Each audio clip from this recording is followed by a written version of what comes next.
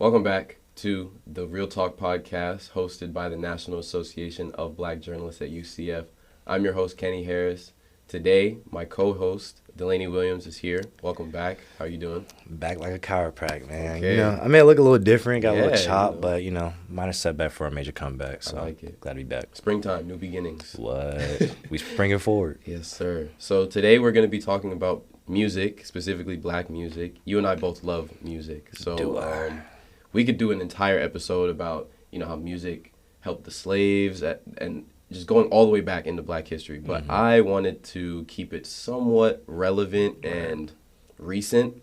So I wanted to focus on soul music. Okay. Before we get started too much, are you a listener of soul music? Like, what do you think of when you hear soul music?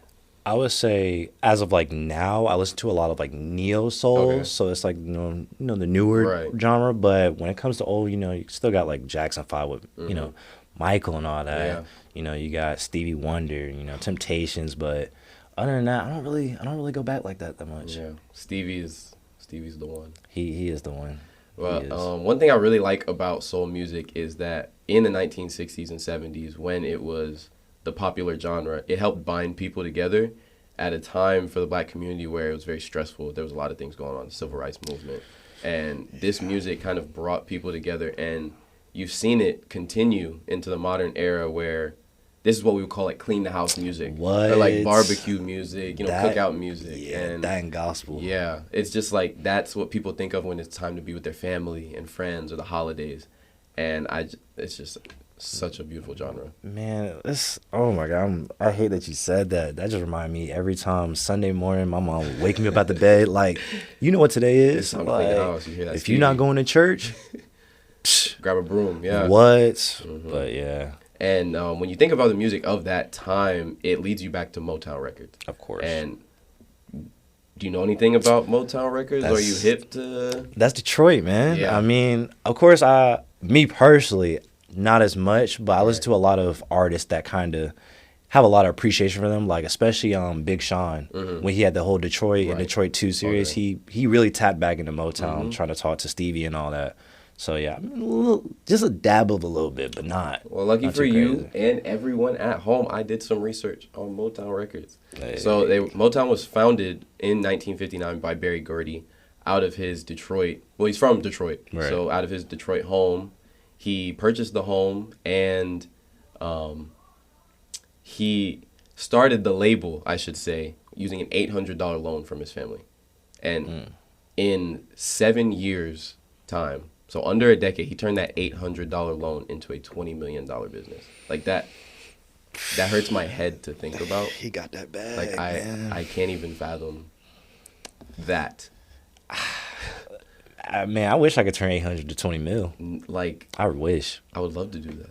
I would do that tomorrow. And Berry Gordy is the true Renaissance man. When you think of an old timer that's been around the world 1,000 times, he was a pro boxer, a Korean War veteran. He owned a record store when he came back from the war. That didn't really work out, so then he pivoted to songwriting, and he wrote for Jackie Wilson, who was a big-time artist back in the day. And when he started this record label, he was inspired by his time at the car manufacturing factories that were in Detroit, because obviously when you come back from the war, Ford, that was a lot of job opportunity for black men. 100%. And he saw how there was an assembly line construction style to the car, and he thought, why can't I do that in music with an artist? So he brought this approach to the house that he purchased in Detroit, which he called Hitsville. And we actually have a picture of the Hitsville house. You can already see in this picture the talent. I see Smokey Robinson right there. I see Berry Gordy obviously in front of the house. I believe that's Diana Ross right there. That was like a vibe. That's insane to think of that much talent being congested into one label or one house, literally one property. House. Yeah. And each room in the Hitsville house, this is what made it so unique. The house had rooms dedicated to different levels of business and talent improvement. So it was truly the foundation of artist and repertoire, A&R style. And it was just, it revolutionized everything. Nobody had thought of it that way. Obviously, you had your major labels that were pushing talent here and there, but having a factory, like literally a hits factory for the greatest soul artists of our time. No pun intended. It's beautiful. Okay. And Smokey Robinson, as you can see right there, was the lead songwriter for Motown, and he worked on countless hits. He also was the leader of, or the lead singer of the group called The Miracles, and I get choked up. He had motion. He had all kinds of motion, and they worked on choreography in the house. His sisters helped run the business, so the money had to be straight too, because there's no music business without business. Yeah, I don't know if I would ever. I mean, don't get me wrong, I love my family. I love my family. You're not getting into the family business? I've seen too many instances where that can get messed up. It's the same family that gave you $800. You're right. In this situation, 100%. You're right. Stick together. You're right. And one thing that made Motown so special with all the talent that they had under one roof is that it was like a competitive nature, almost out of organic creation. And it facilitated so much greatness because they allowed their artists to share songs in a way. And whoever performed the song the best, that's who got the song. So if you have a song that you thought, oh, this is going to be my hit, I'm going to cross over into the white artists or the white audiences, and it's going to be my big break, there's somebody down the hall that's also working on their version of the song. There's actually a story of when the Jackson 5 tried out for Motown. Smokey Robinson wrote the song Who's Loving You, it's a classic. Right. And that was the song the Jackson 5 performed. And blew up. And Michael killed the song. Like, Michael was singing it, and they were surprised that a 6 or 7-year-old was singing this, the pain of a man that just had his heart broken. And Berry Gordy talked to Smokey Robinson. He was like, I think he took your song. Like, he might have outdid you. Yeah, I remember hearing a lot of stuff about Motown. No one really had full ownership of their song at that time. Yeah. And if you dig in the history of it, you see that there's a lot of multiple versions of the covers, same song. Yeah. And you can't tell whose is really the whose, song, right, unless you look at like the chronological. But I love Motown. It reminds me of family time, like we were talking about. Just conversations I've had with my dad, my grandfather, about like what this music meant to them, and the parties my grandfather would have with his friends, and this is what they're playing. And my dad's like 8 years old. He's hearing the song, so it's layers of memories that these songs can bring. Yeah. I have memories as a kid listening to this. It's like, and you can tell, you only get music like that stays with people so long when an artist cares. That is true. When top to bottom, the label cares about putting out good work. Quality over quantity, yeah. And changing the world, because if you look at the 60s and 70s, it's very segregated, very much this is a white audience, a black audience, and you pick and choose who may cross over. But the music they were making at this time, it had no choice but to eliminate the color barrier, because music is soul music. Like, you feel it in your soul, and you can't deny that. Even past the color, Yeah, and the lyrics that these people even had in their songs, like Stevie Wonder's songwriting, and just the things that they were singing about, Marvin Gaye.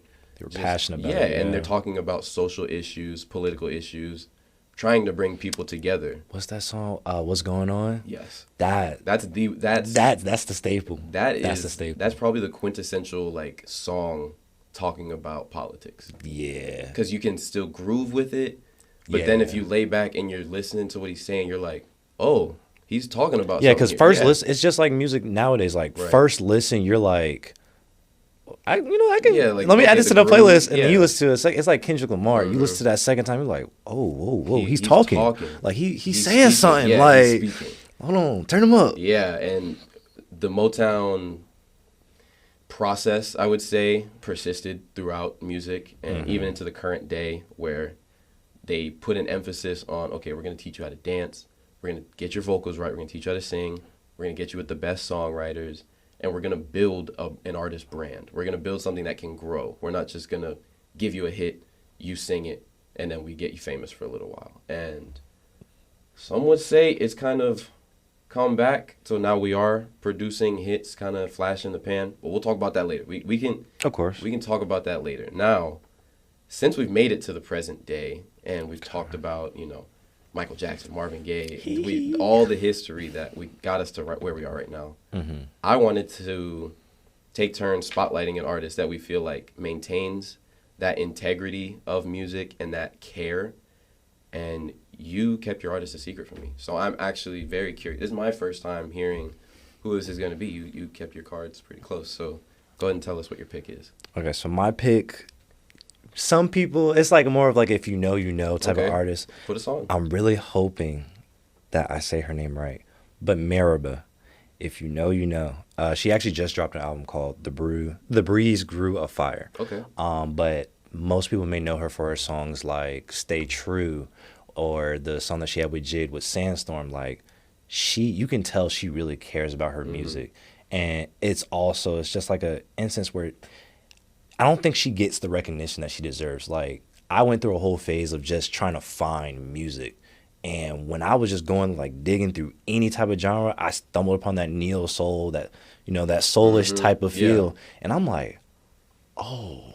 Yeah, where's this been all my life? I found it. Like, that was one. And then another would probably be Odile. I think he's also a fellow Nigerian brother. Okay. I'm pretty sure he's from the UK. Pretty sure he's from the UK because, a lot of, the UK gets a lot of Nigerian type of R&B, like Tim's, for example. But yeah, he's amazing as well. But who's your spotlight? When people go left, I go right. And I appreciate that you're sharing new artists, and I'm definitely going to check these people out. So I'm going to have to, you're going to have to tap me into I got you. Lead me down the right path, But I'm going to go with a legend, a name that this person doesn't have a last name. This person has gotten to the point where they don't have a last name. They're on first name stats. I'm talking about Beyonce. And we've seen her grow up in music. I mean, we first caught her as a teenager with Destiny's Child, and she's I'm not gonna say her age. I'm not gonna say her age because that would be too far. That would be crazy. But she's had a very long career that's spanned multiple decades, and no two albums are the same, And I think that is a true indicator of somebody that's really testing their pen and trying to reinvent themselves. And that's hard. That's hard to do. That's true. That's true. So every album has its own moment and has its own look. Like spotlight. Yeah, and then the tour, it has its own sound. Some may have more jazz, some may have more pop. Obviously, our most recent album was country, and that changed the game. That lit the streets up because we did not expect that. After a house-inspired album, you go to country. Yeah, she won Country Album of the Year. Grammys. This is her first time. That's serious. That's like putting your foot into the swimming pool and you just won an Olympic gold medal. Yeah. But she's like that. You don't do that by accident, So when we're not seeing her, she keeps a very private life. When we're not seeing her, she's studying the history of music. She's collaborating with songwriters, producers to find that next thing. And it just shows her dedication. If you've ever seen her tours, she's dancing. You've seen her live? They're vibe. Have you seen her live? I've seen what's it called? There was a trend with the TikTok where it was like everyone goes quiet. Yeah. And then mute. Yeah. Like that was kind of cool. You can get 90,000 people to be quiet at the drop of a hat. Like there was a couple people that was making everybody. No, people would get mad at it. I'm like, oh. I did see that. Yeah, her fans don't play, but the dedication to building a world like that on a tour or just in the span of 18 months to 2 years it's crazy. And she pays homage to these Motown artists to tie it all back together. Michael Jackson, Diana Ross, these are the people that got her into music, started her love for music, and she continues that trend while also inspiring the next generation by caring so much about her artistry. And let's talk about that next generation. Okay, the transition. So you see the transition. I see it. A little bit. So the state of music today, how are you feeling about that? I mean, I think that has been a conversation for like the last, since I was in middle school, just people kind of, the older generation kind of tearing down the newer generation, like, oh, it doesn't sound like what we put out, so trash.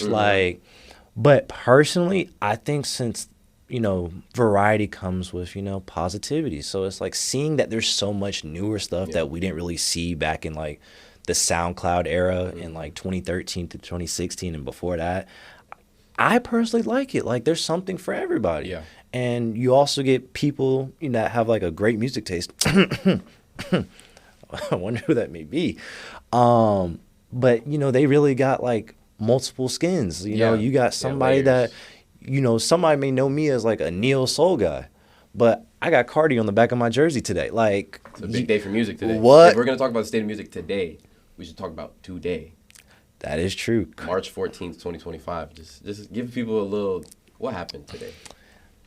After years of lying and procrastination. Yeah, I feel this feels like a relationship. It's like a toxic relationship. I Am Music finally dropped. Playboy Cardi. 30 songs. Wow. An hour and 6 minutes of just music. Me personally, he went 27 for 30 first listen. Okay, so let's stick with Playboy Cardi. Somebody that you talk about the rollout's been taking 25 years now. How do you feel about that style of rollout? Do you think it's like a political thing where it's like, oh, the label's playing around, or is it intentional and he's actually doing this to build up the hype? Because we've seen with Whole Lotta Red, that album he dropped in 2021, it was the same thing, like pushing back the rollout, pushing back the album date, pushing back the release date, snippet here, snippet there. Is that intentional? Do you think that's his way of making a cultural moment? I feel like it's a mix, coming from someone that has a marketing background. Right. I kind of know how everything works, I feel like half of it is kind of like he has bad PR training, so he just keeps thrashing his label. But the other side of it is like he's also gaining a lot of interest from it, because as much of the people like myself, I'd be like, bro, he lied to me again. Right. I'm not listening to it. Look at me. It dropped this morning. I woke up at 11 a.m. Play. Like I feel like he knows what he's doing. Right. That's someone that knows the music industry. Because his impact is serious. For sure. The era he came up in, they've been fighting for years to be taken seriously as artists. Him, the mumble rap Yachty, era, Uzi. It's like people want to put them in a box as they don't take rap serious, or they don't take hip hop serious. Like they're kids to this stuff, right? Because they did it themselves.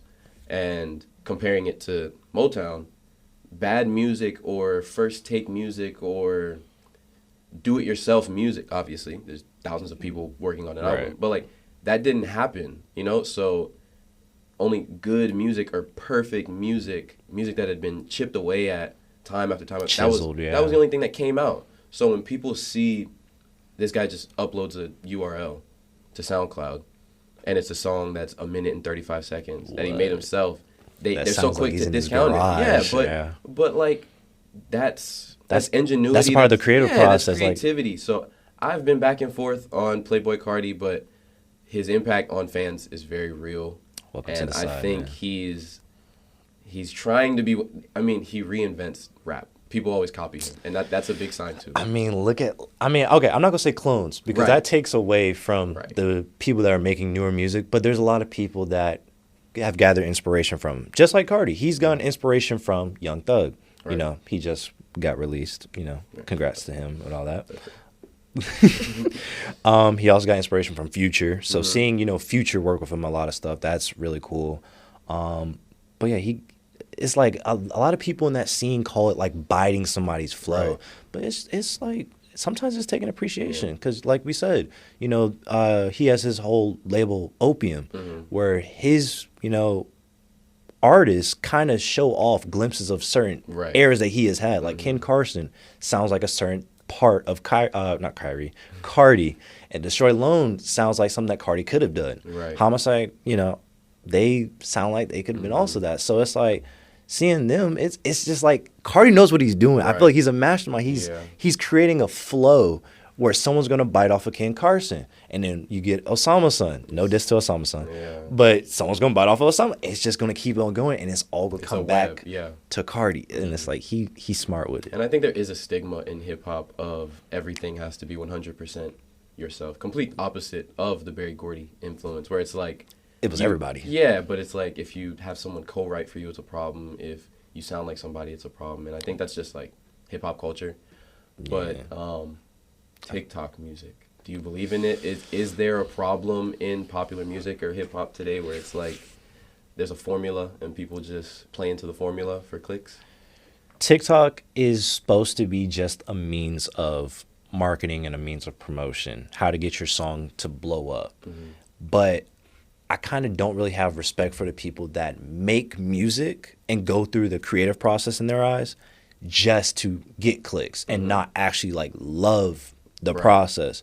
You know, what's it called? Since we were talking about like this new age rap, I remember Yeet, you know, he made a lot of songs that were TikTok songs, and I didn't think he would ever like actually be able to make full projects that people would like. And I mess with him. But there is a lot of artists that you will only find them on TikTok. And if I ever catch, you know, you're listening to that outside of that app, it's like.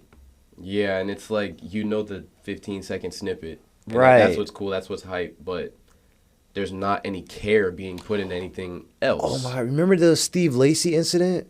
Yeah. Oh, my. Bro, I was so mad at the Gemini Rights era because I was trying to get tickets to the show. I think it was in Atlanta. And quite literally, he was actually mad on stage because people knew the first part of, oh, my God, I forgot the song. Was it Static? It was Bad Habit. Bad Habit. And then no one knew the second half. And he was like, wow. Like, yeah, because that's another one of those artists that cares deeply and has studied Steve, the greats and all of that. And for his artistry, his big, it's not a debut. He's obviously had up music. But his big moment. That was his moment where he was like, okay, this is my biggest song. And it's just been minimized. 15 seconds. Yeah, like, it's like, you're not appreciating me. At my show, it's very conflicting. And it just shows like where music is at. Yeah.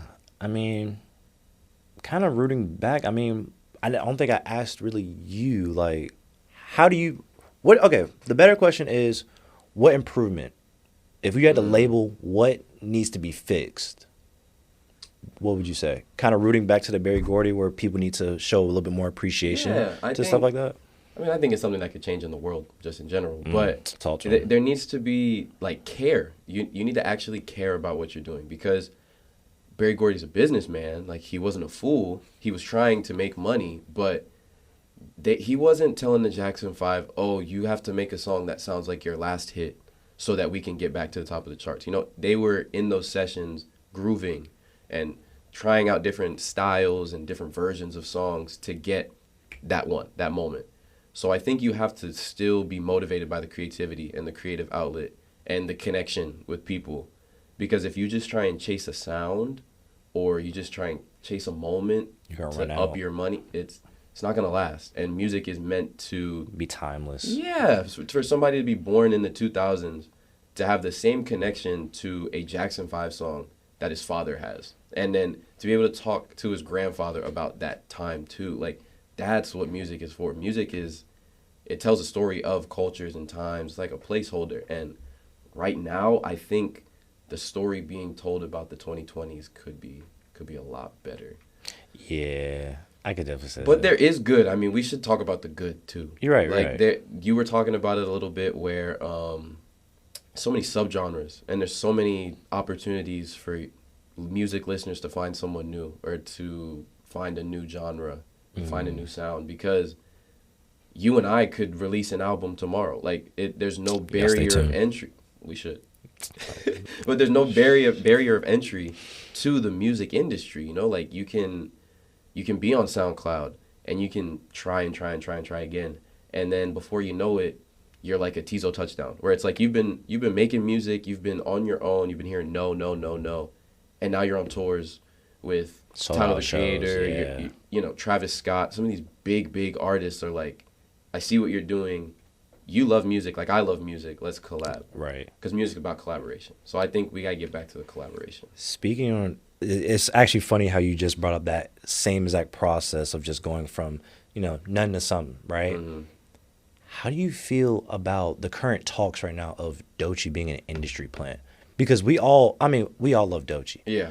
Doechii literally has had songs with, you know, TDE members like SZA back in 2019. Mm-hmm. And quite literally, she has documented most of her life. Like, My mom does, shout out my mom, but she does like budgeting and planning and all that. Doechii was one of those YouTubers. And she literally said on the YouTube that she was going to quit that and make music. I feel like that is the opposite of an industry plan. Like, because she actually took that stuff seriously. Yeah. So how do you feel about people saying that, especially our people saying that? But that word just lost meaning, like, so fast. Like, I think once you sign to a label, they're going to put marketing dollars behind you, you know? And it's just disrespectful. Yeah, just write it off as, the industry, for what? How do you get chosen as a plant? These are the questions that don't get asked. I think it's just to discredit people. Obviously, Doechii has put in the work. You can see it. It's documented. She lived her life online. It's the internet age. You can find out anything you want.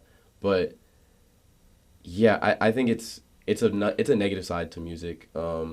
Just tearing each other down. Anytime, and it's the connection thing, right? Like, we're so focused on like differentiating ourselves and trying to be cool that anytime something brings anybody together, it's like frowned upon. It's not new, because when Pharrell put out the song Happy, everyone hated it because it was too positive. Like, I ain't gonna lie, I was one of, I liked it as a kid. Yeah, I can't listen to it anymore now. I'm the opposite.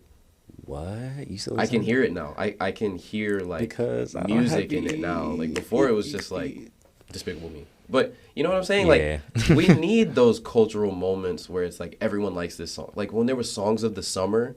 Party rock anthem. We don't have that anymore. We don't have songs of the summer. What was that? What was that little summer song? It was like Calvin Harris with Migos and Frank Ocean. Like, I love that collaboration. Would you slide up? Once again, sounds like sun. It sounds like a It's a summer song. We need more of that in music, and we need to celebrate that when we get it, like a Tyler or a Doechii, who you see the work. Like, the reason she's everywhere on the internet and stuff is because she's putting in that work. She's putting in the hours. I'm trying to be an artist. I'm not just trying to make music. I'm not trying to just be popping or trending. I'm trying to be an artist. Like, I care about this.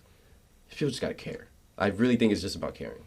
Yeah, just like how you just brought up the name. I feel like there's only certain artists that kind of really show that care. Like Tyler, for instance. Tyler, the Creator. Tyler, that's part of the reason why I love Doechii so much, because she reminds me of Tyler.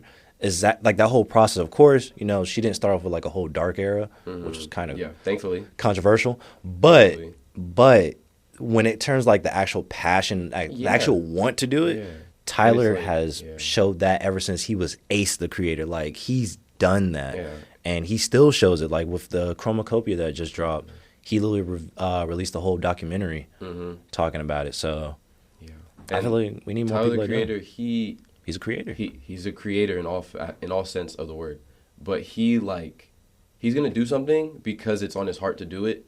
And I'm just going to stick to that. And that's what you see in Doechii. It's like, this is my creative outlet. I'm doing it because it's me, and this is how I feel. And in a year and a half, when I make my next album, 2 years from now, I'm going to feel something different. And that's okay. And I'm going to do it. Yeah. And then I'm just going to keep elevating. It's like I was talking about with Beyonce. You just keep elevating. Keep trying something new, because it's going to connect with people differently. It allows people to grow with your music. It allows your music to grow. That's where we need to get to. Yeah, you hear that, don't you? We love you, girl. Keep doing you, girl. Yeah. Is there anything else you want to talk about in music? I would say, I think a good wrap-up question is, if you had to pick, we can both answer, one artist that you feel needs to contribute more to the state of music right now. Who would you say? So someone you think that's like... He's already in the music scene, but you feel like they're down here and they need to shoot it. Like, they got past the ball. They need to shoot it. Honestly, I'm going to say Doja Cat. Because she's kind of in... It's crazy that we were talking about Doechii, because a couple days ago I've been talking about it for a week, actually, about how I feel like she's getting too big. And I feel like people are building her up to tear her down.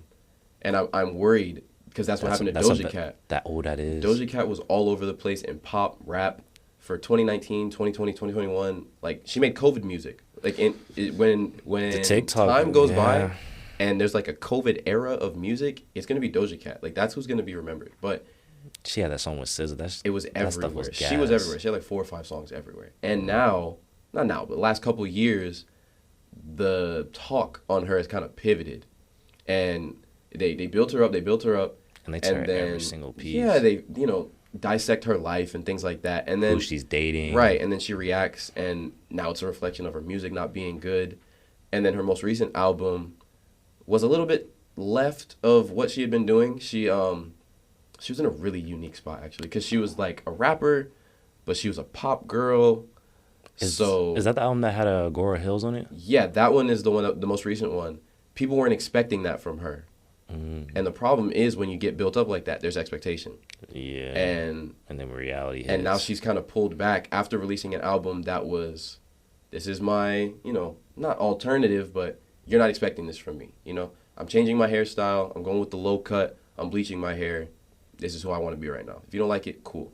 So I think now that we're past, enough time has passed, I would like to see her come back and showcase her talent again, because she's one of these artists I'm talking about that dances, has history producing, can sing, raps, writes. Like, she's a very well-rounded artist and creative. And I think it's time. Who do you, that's a valid. You feel me? I mess with the take. I mess with the take. Appreciate you. Who do you got as somebody that you want to see do more? Okay. I'm going to say this name, and it's not going to sound like it's a crazy surprise. However, when I say it, I'm going to explain it. I mean this, like, wholeheartedly. Frank, please. Frank Ocean. Frank, I feel like he knows the effect that he has had. And, of course, if y'all don't know who I'm talking about, Frank Ocean. Not just... Look it up. Yeah, you shouldn't even have to be honest. But I feel like he knows the effect that he has put onto music. Of course, he had the whole nostalgia ultra, time frame wasn't really fully released, but we know that era. We know the Channel Orange era. That won a Grammy. We all know Blonde. Yeah, of course. But it's like we need more than just that. Like, granted, we said music should be timeless, right? Music should not be associated with a certain date. Like, this it's okay to remind you of certain time frames, but this was 2014 me, but I can't listen to this now. Like, he's done that, but we need more than just that, because we just are limited to certain things. Like, we've seen, Frank is tied in with, A$AP Rocky and A$AP Mob and all them.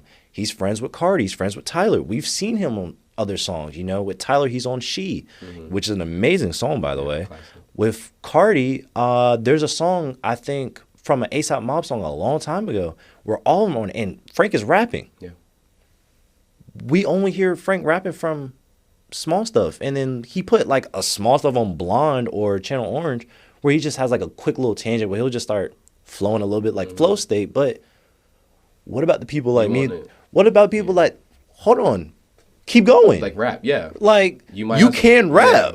Let's try that. And it's like, I feel like, of course, you got to, take into consideration the stuff that happens outside the studio. Absolutely, yeah. Everything the man's gone through, I'm not tearing that down whatsoever. For sure. Yeah, for sure. I followed Ryan, It's devastating, and I know he still feels like that is, part to blame with him, but it's just, we Do you think that artists like him or Rihanna, when you take so much time off from an album that's like called a classic, that a lot of people hold as a classic, that there's a paralysis that comes with like they're not gonna like what's next regardless, I can agree with that, because Cardi's kind of transcended that, and I think he's someone that people should look to, and artists be like, hey, they'll mess with you regardless if these are your fans. But it's hard to follow an Anti or a Blonde. Like, people don't even know where you are as a like 8 years ago, I was an 8th grader. You can't expect me to be anywhere close to what I was thinking as an 8th grader. Yeah, straight ski mask. For 8-9 years to go by in between projects, and people still think you're that, and then whatever you drop is gonna disappoint like them. We grown up. Yeah, it's hard. I can see it's hard as an artist, and I think that's where Frank is now. Like, and the more time goes by, it's like a snowball. Yeah, and especially you could definitely see what Coachella did to him. You know, he came back, and it's like I appreciate him being out there because of how private he is.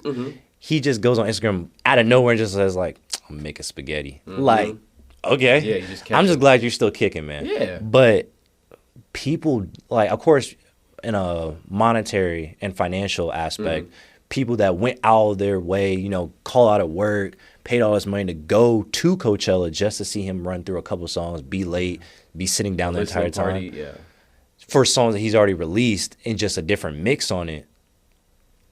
Yeah. You could tell, like, the passion might not be there. Yeah. And that's what I'm afraid of. I really hope that there's somewhere in there the fire is still pretty lit. Because once that fire is out, we gonna lose a prominent figure. So you want Frank to get in the booth? Yeah. Frank, hashtag get in the booth. I need Pharrell and Frank to... Somebody get him in the booth. Somebody drag him into the booth. I'll do it myself. Give him a pen, notebook.